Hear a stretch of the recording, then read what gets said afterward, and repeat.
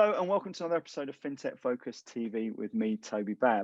Today, I'm absolutely delighted to be joined by David Harris and Ben Matthews from Baringa. How are you, chaps? Very good, thank you. Thank you for having us.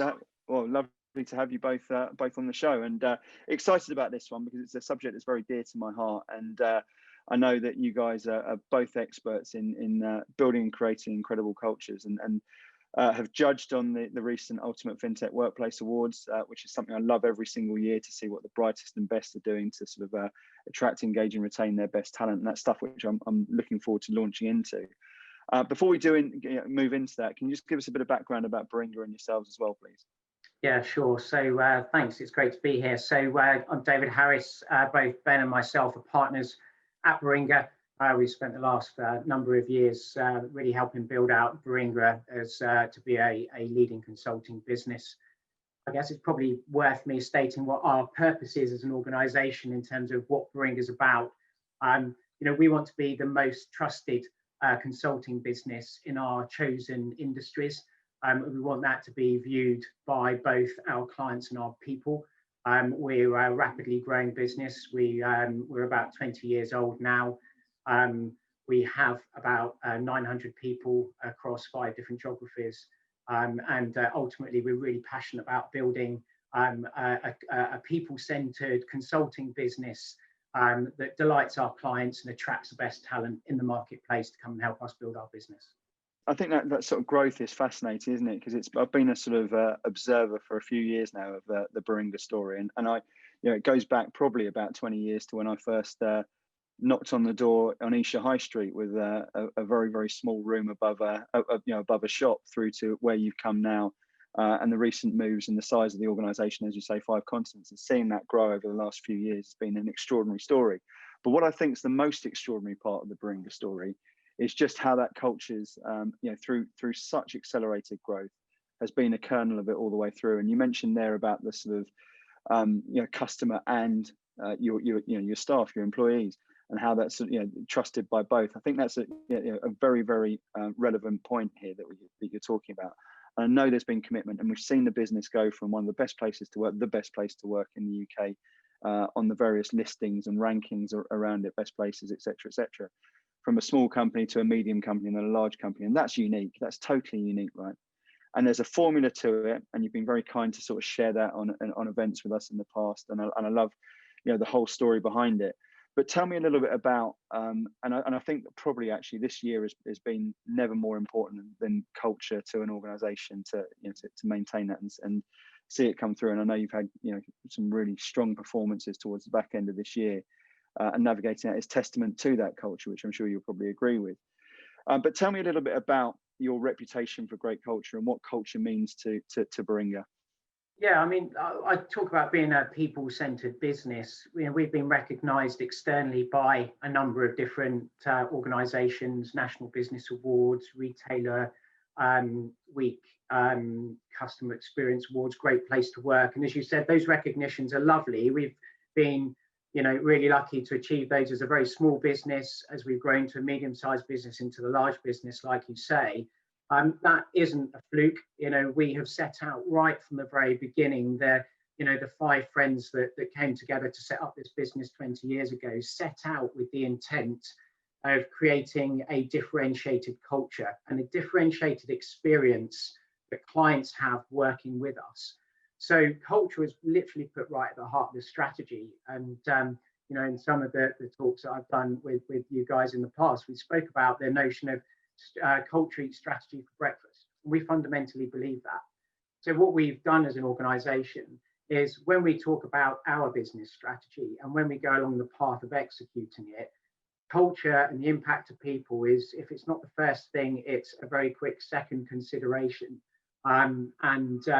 I think the continual review, course correct, putting people first, thinking about what it means for our culture over the 20 years is what's enabled us to be the organisation that we are today, and one that we're extremely proud of, and one that has really kind of kept this buzz and this differentiated feeling for people coming to join the business, and also for the clients that work with us when we're helping them with some of their most strategic challenges out in the market.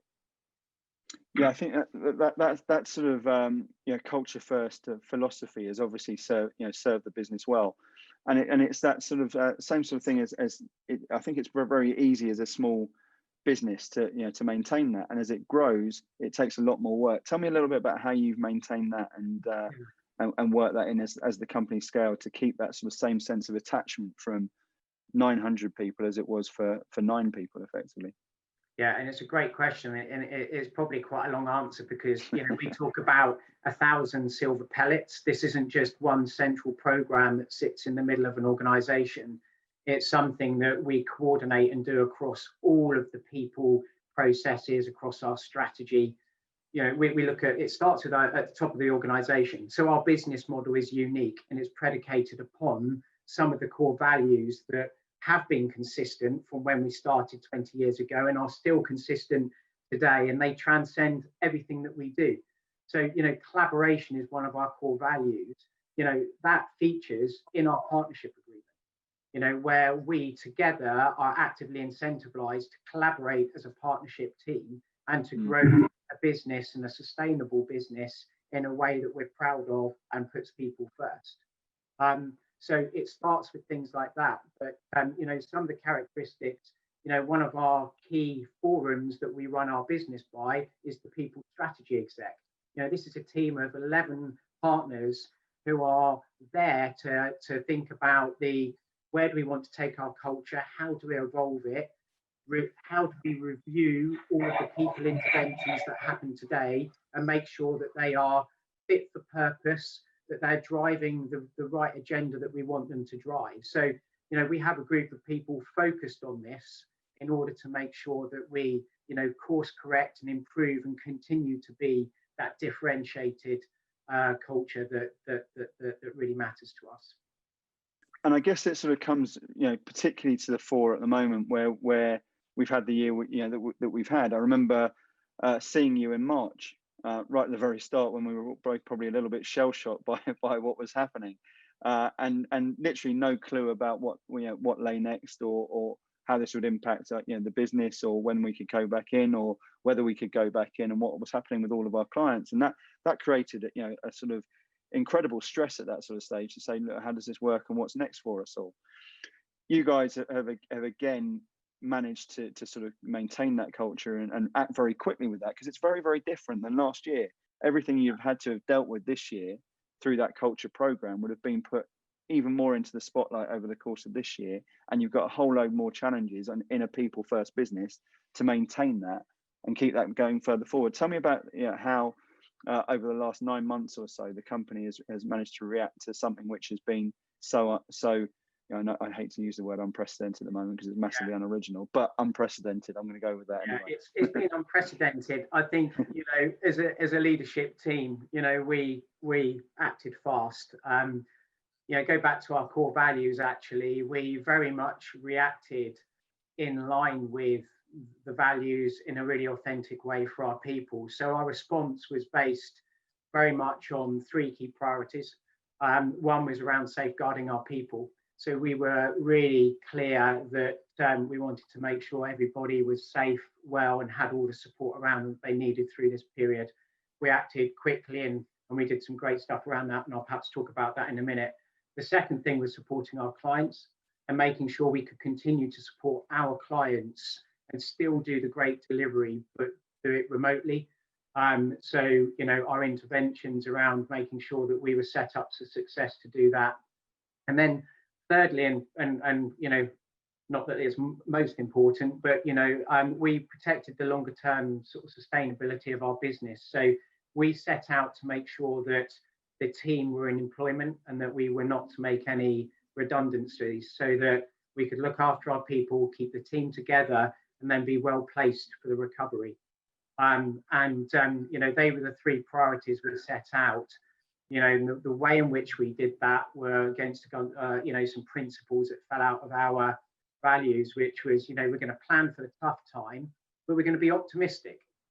We wanted to make sure the whole firm was in it together. So the partners took some burden first and foremost, and then we had a 97% take up of our people to do a voluntary 10% reduction in their pay, which I'd like to add. We also went first because, as you said, we've had a strong, recovery to this. We've made everybody whole already. We've done that for Christmas. But we were all in it together. That was a really important principle for us. And the other couple of things is we had to accept that, with 800, 900 people, different people are going to have different experiences, stresses and worries. We weren't always going to agree necessarily on the interventions that were being taken, but we did it in a transparent manner, very authentically, and our people have praised us for that. That's some of the kind of the priorities that we did, and some of the kind of the principles that we put around it. And if you want, I can sort of tell you a little bit about the pillars of intervention. If exactly what I was going to ask. Yeah, please do. Yeah, so I mean, there were effectively 5 pillars from our perspective, right? The first one was around the facilities, the work environment. Going into COVID, we had 2 offices because we just opened this brand new, beautiful office, and we were running with 2 in the middle of a transition. So we had to very quickly accelerate the closure of 1 and then get COVID ready, a brand new office. And it won't surprise you, some of the requirements didn't feature in our initial requirements when we were setting up a new office. Funny that, yeah. So, the having to get the booking tools in place, make sure social distance is all the normal stuff that everybody else has done. But actually, we had a couple of, other nice things around. We created lanyards and wristbands for people so that they could depend on how comfortable they felt, being proximate to people. There was a visual sign of that for each other, so that with respect, we could treat people and make sure people were comfortable in the workplace. And then, of course, for those that couldn't be there, we rolled out Office 365 really quickly. We launched Microsoft Teams, and did an awful lot of work on guidance for remote working, gave everybody 250 quid to go and set up their workstations at home. So the work environment and facilities was a really important thing for us to make sure we could continue to support those clients in the work that we were doing. And then we had to make sure we protected our business. So, we actually pivoted on some of our reporting. We did some different reporting that was very much shorter term nudging to see how our performance was going, what we were doing. And most importantly, we're being extremely transparent to everybody in the business. So we had fortnightly sessions with our managing partner. As partners, Ben and I were running sessions with our requisite areas of the business. We were answering questions, being really honest with what we were doing, and making sure that everybody was taken on the journey with us. So I just want to cut in quickly on that, because I remember going to a sort of day session, and it was something about cascade of information. So they did an exercise that I vividly remember, where it was you had a briefing with one person who then passed it on to a team of 2 people who then passed it on to a team behind it. And it was a physical exercise. It was an HR forum. And it was the whole thing about the changing message. And so you had a minute to take that message, write down all the notes. You then have it to pass it on to another minute to someone else who then write down their notes. And it was a classic sort of Chinese whispers in terms of how it all went through. Tell me a little bit about that, because I think communication has been one of the things that's been a defining thing for cultural success of businesses over this period. How did you manage that? Yeah, we started off, it was partner led. So we led this from the front, and rather than cascade down through the traditional some of the traditional structures that we have in place through advisors and line managers and client teams, actually the partners just went straight to, we had an all company event announcement, and then it broke down to each of the partners from their requisite area of the business. Just then were given freedom within the frame to be, we were all very clear on the messages, very clear on what the ask was and the information we needed to pass. And then we delivered those messages and that information in a way that I knew would work for my team, and that Ben would work for his team, and other partners would work for theirs. Yeah. So actually the way it was executed was very authentic from the leader. It didn't feel like some central message like I felt in some of the big organizations I've worked in. So we were very clear on the message, and it was direct down to individuals. no hierarchy, sort of no hierarchical sort of nature in between. Clarity, honesty, and individualization, and sort of key tenements to it. Yeah, and you know what, that made a real difference to people. And the feedback they've given us is you went early with comms, you were transparent, you were honest. There were hard messages in that, but we did it in a way that really worked for people. And yeah, I think that's made all the difference. And going into in and out of the various phases, and we're still going through them, right? So we're not out the woods yet. We're still engaging with people, talking to people. We've given them some good news, of course, with making them whole with some of the, you know, their own voluntary pay cuts, etc. But we've done it in a way that's very authentic, and I think that you know, that makes a difference in the long term. That creates further cultural alignment in it together, and I think will pay dividends in years to come. Yeah, absolutely. So I cut in. You were running me through your 5 as well, then, wasn't it? Yeah, I mean, just some of the others. Yeah, some of the others. I mean, well-being and engagement. I mean, you know, the important thing when you go through this is we have this advisor system who look after the pastoral care and welfare. So everybody has an advisor. So we were really keen to make sure the advisors were equipped, you know, with all of the support that we already have as a company. Things like our EAP, our 24/7 doctor at hand, you know, the coaching that's there for people, just to make sure they understood all of the resources that we had available, and they, you know, remind them, you know, of how to help our people, you know, draw down on those as and when they needed them. We, you know, the kind of the well-being aspects. We were actually due to have one of our sort of company holidays. So, you know, one of the things we've done, you know, every year we've been together is go away as a company and celebrate us being Baringa. And we were due to have our 20th birthday Baringa Fest this year. And that quite quickly became an online Baringa Fest. Yeah.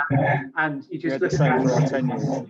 Did you do? Yeah. And you just think, how's that going to work? We're meant to be in a field of live music and bumper cars and all that, you know, and but we had 1,000 people doing cocktail and mocktail making, origami sessions, live music.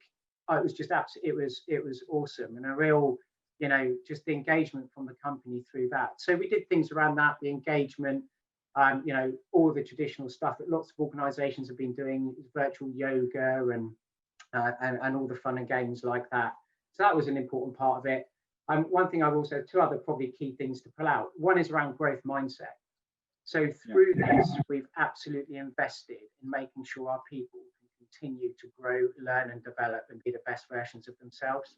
We had a Baringa Summer Academy that through the initial COVID period, we ramped up access to online work, online learning. We created nice set pieces where people could just, you know, it was A, engagement, it was B, personal development, and we really responded well to that. And we also set up interventions where, you know, we're a growing business. We talk a lot about, you know, how great we are. We also recognize there's lots of pain points in our business as we grow. You know, things need improving. And we set up a building Baringa better. So any capacity we had in the Baringa, we consulted on ourselves and we built a Baringa better. So here we are in December, looking back over our shoulders, we've made a whole host of improvements to the way we run our business that make it easier and better for our people. So that was, I think that's, you know, we've really made good use of time. And then finally, all the CSR activity.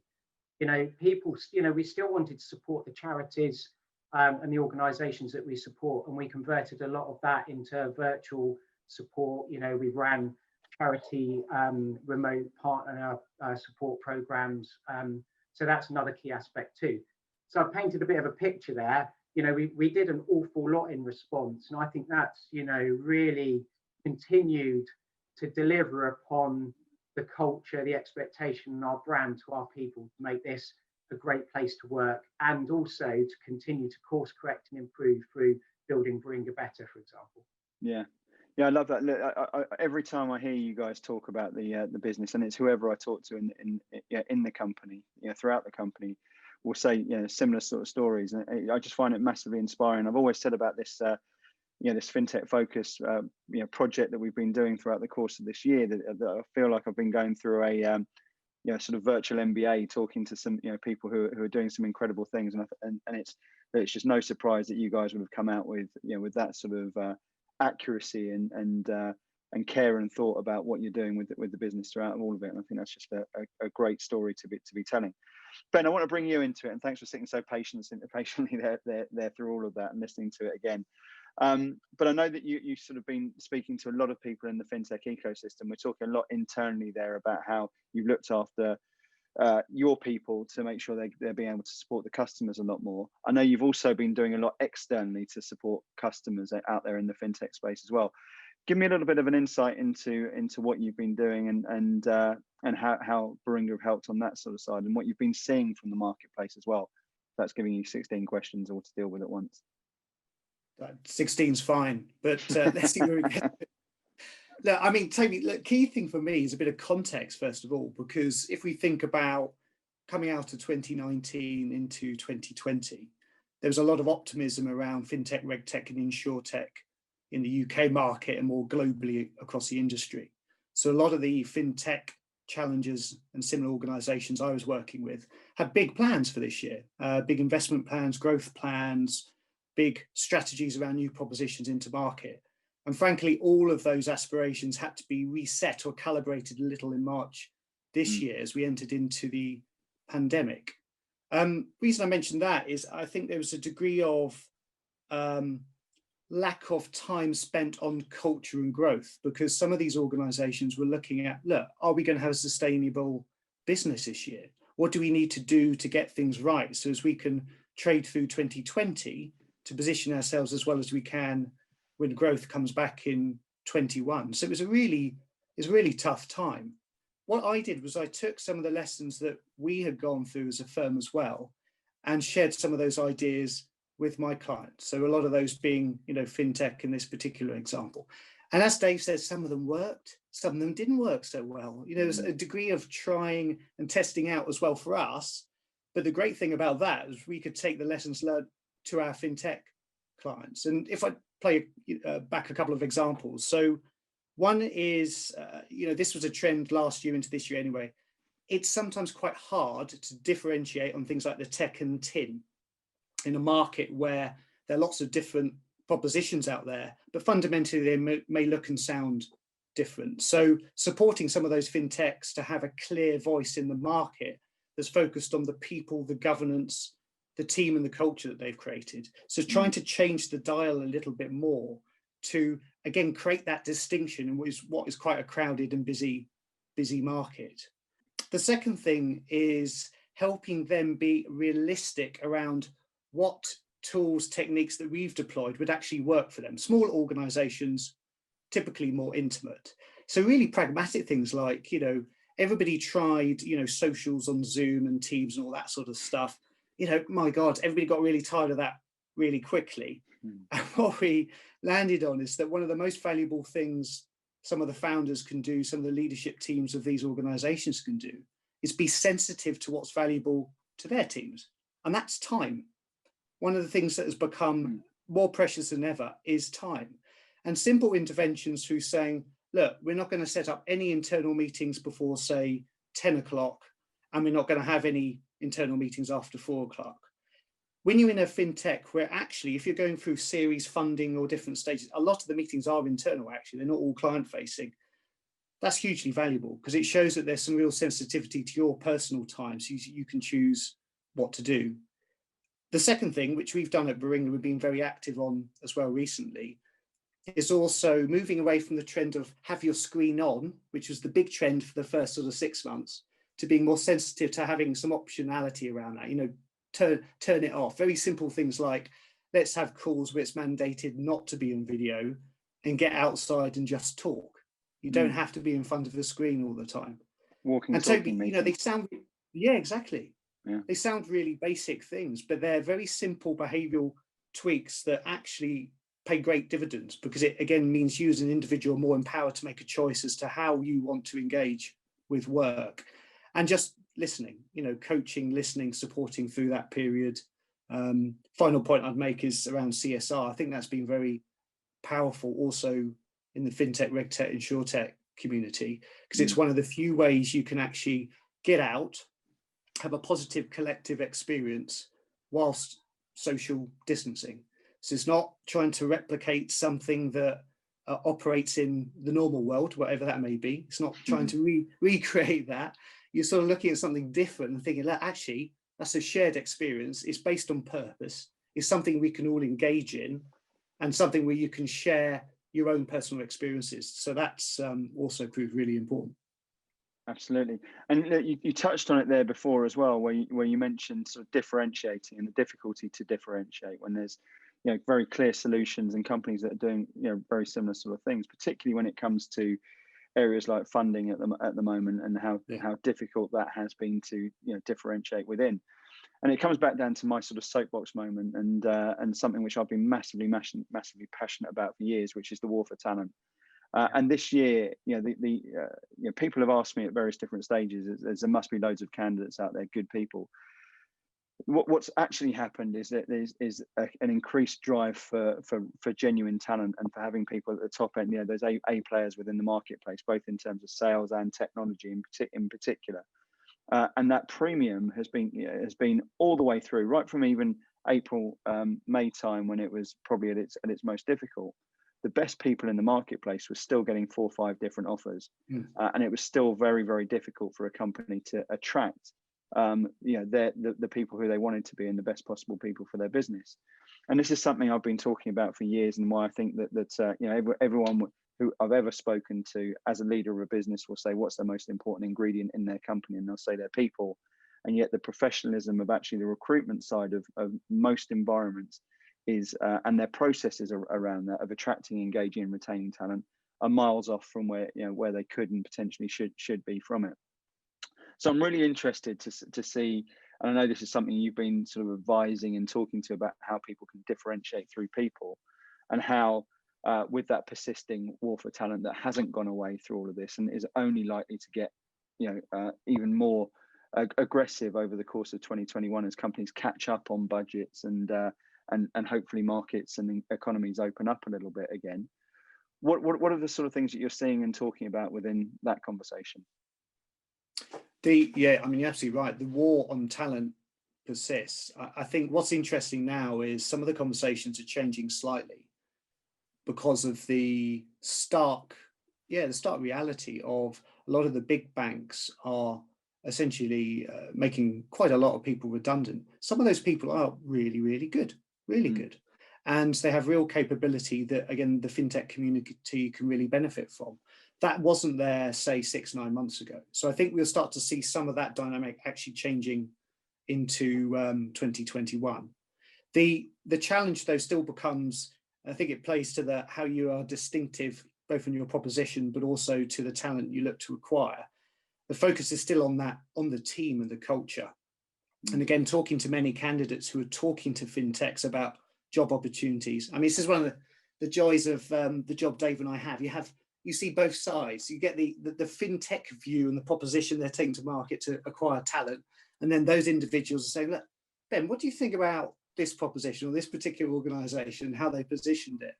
And what you see is the differentiation is, again, about, it is that team. So if it's founder-led, founder would typically still have a big influence on the shape, the culture, the dynamics of that particular firm or institution. That will have a big bearing on how appealing that is as a prospect for potential talent out there. And whether it's things like, you know, proximity to the team, clearly, again, sensitivity to ways of working. So again, not mandating things, but empowering the individual to make some choices. Some of those simple things, I guess, in the scheme of your typical package when you're looking to acquire talent, have a lot more emphasis and focus now than they did before. I would also say that the propositional point is also quite key. So what I mean by that is it a proposition we really buy into and really support? Does it adhere to my values? Doesn't contradict my values, but also we can see some real longevity in it. The reason I say that is I think in 21 there's going to be more and more, again, scrutiny on those things that the market invests in, and also those propositions that are going to be successful. By extension, candidates are therefore being a lot more, I guess, not risk, well, I can't think of a better word, risk adverse, let's go for that, so risk adverse, in which firms they want to join and support. There's a lot more scrutiny on the business case, the viability of that business, the value proposition over a longer term than perhaps you even saw at the beginning of this year. And that again is changing a little the dynamic on the packages that are being discussed, and also the prominence of culture in those conversations. Yeah, this is a conversation we've been hearing an awful lot of late, where traditionally it's been percentages of 5-10% difference in packages, and people throwing money at the issues, which is absolutely just not winning the battle at the moment. And it's that sort of story and that sort of employer brand, and this is where why I love every single year. My favorite magazine we do is the Ultimate FinTech Workplace Awards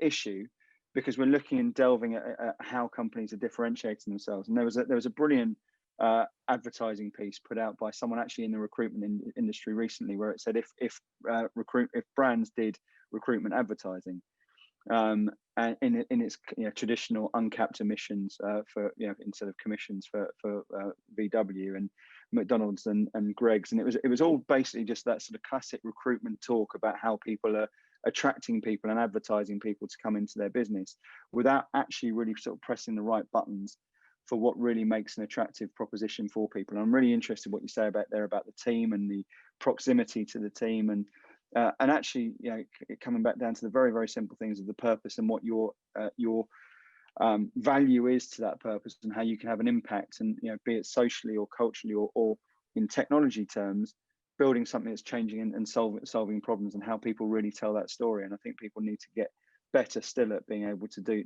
that, and it's a massive opportunity for companies to win from it. David, I noticed you were tagging in there as well. Yeah, there are two parts to that for me, and it's about it's purpose and meaning, right? So what's the purpose of the organization? How clear is it? How is that then cascaded down through the organizations and then out of the organizations into the marketplace? Because if the purpose is clear and that's clearly communicated, then talent's going to be attracted to that if they align to the purpose and believe in it and want to be part of that journey. Absolutely. And then there's the kind of the meaning, which is what's my role in helping deliver that purpose? And where the real magic spot is here, when we talk to lots of different organizations on this, is the sweet spot in the middle, where there's absolute alignment between the values, the beliefs, the culture of an individual and that of the organization.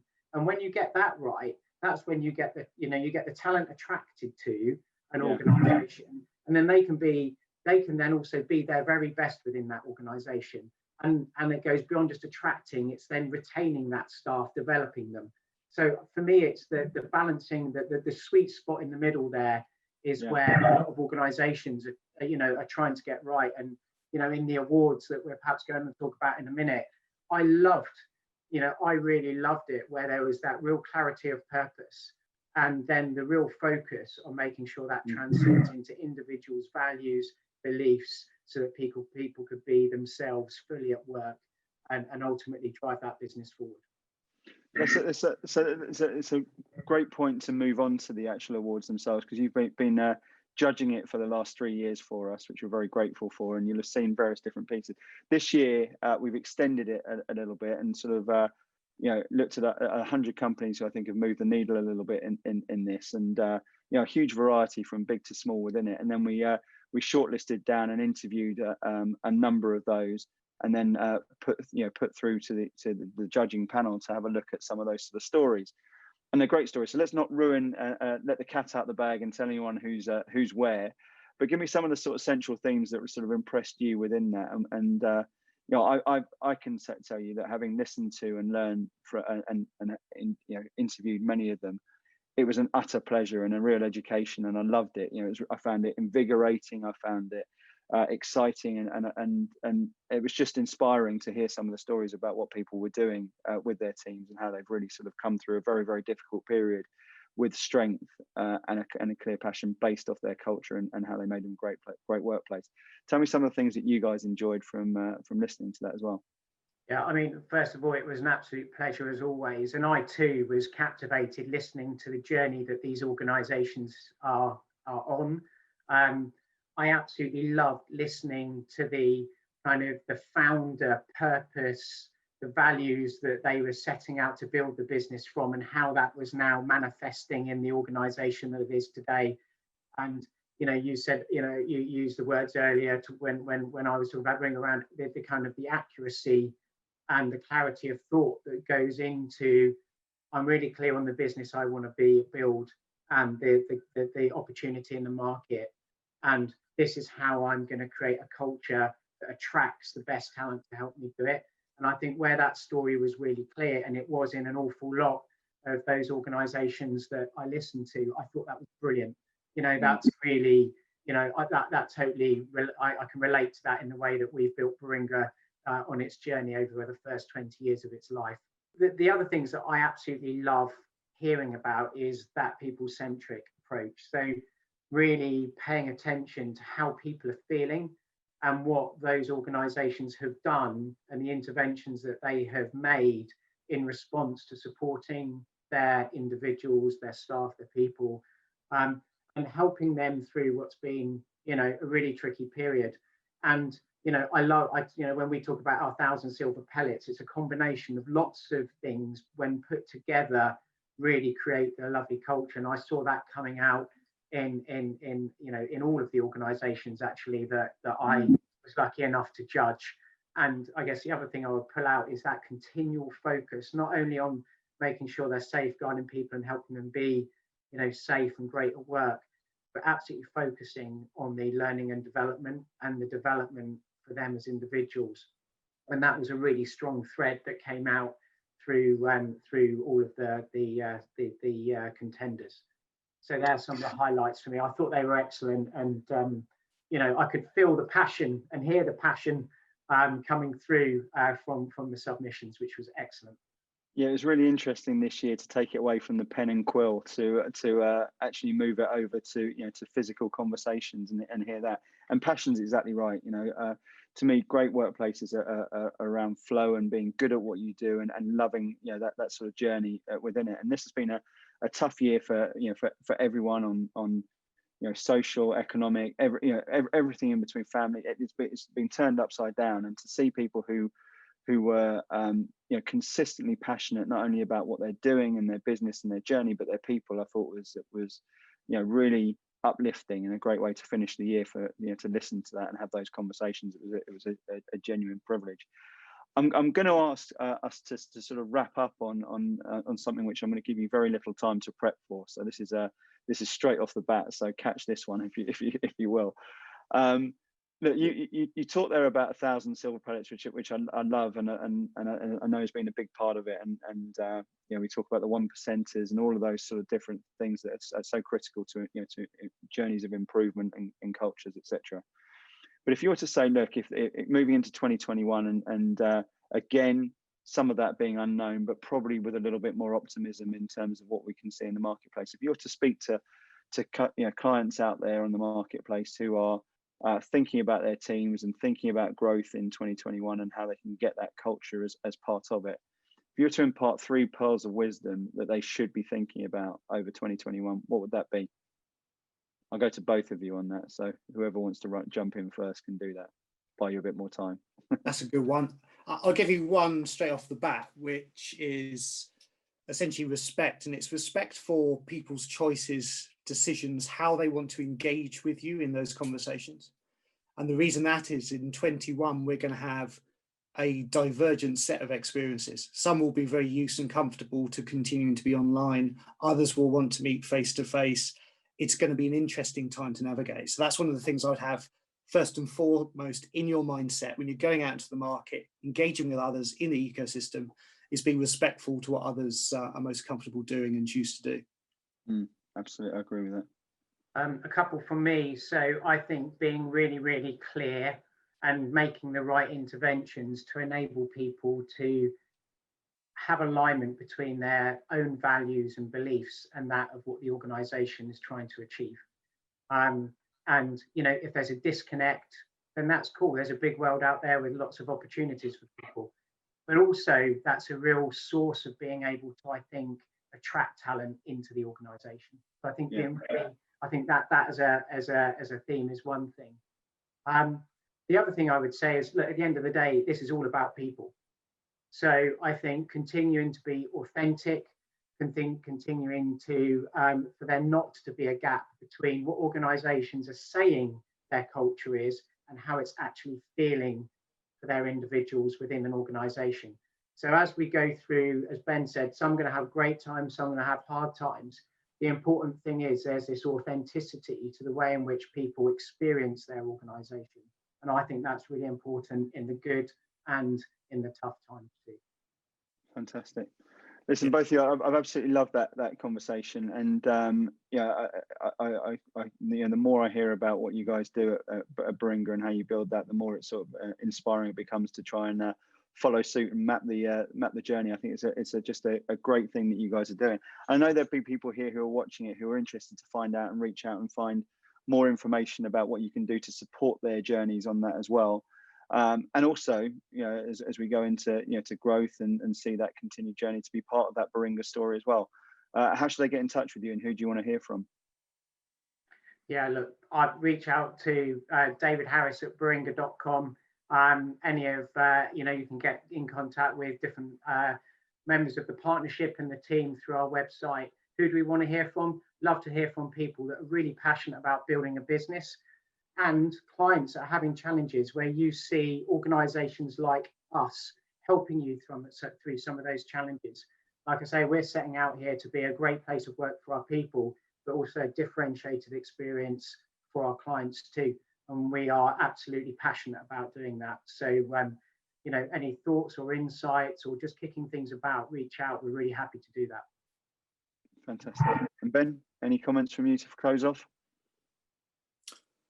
Just emphasize, reach out, don't hesitate. We'd love to chat. I mean, a lot of what we do across the ecosystem is exactly that, having conversations. The ideas don't have to be fully formed, don't even necessarily need to have a clear idea as to what you need support with, but we're very happy to engage in that basis and just, talk it through with you. So just to emphasize that point. Superb. Listen, it's been an utter pleasure. Thanks so much for sharing the time and being so generous with everything that you've shared with us today. I think there's something for everyone to take away from that. So it's been an absolute pleasure. Thanks so much. Thank you. Cheers. And thank you all for watching. We'll see you soon on another episode of Fintech Focus TV. Thanks, everyone. See you soon.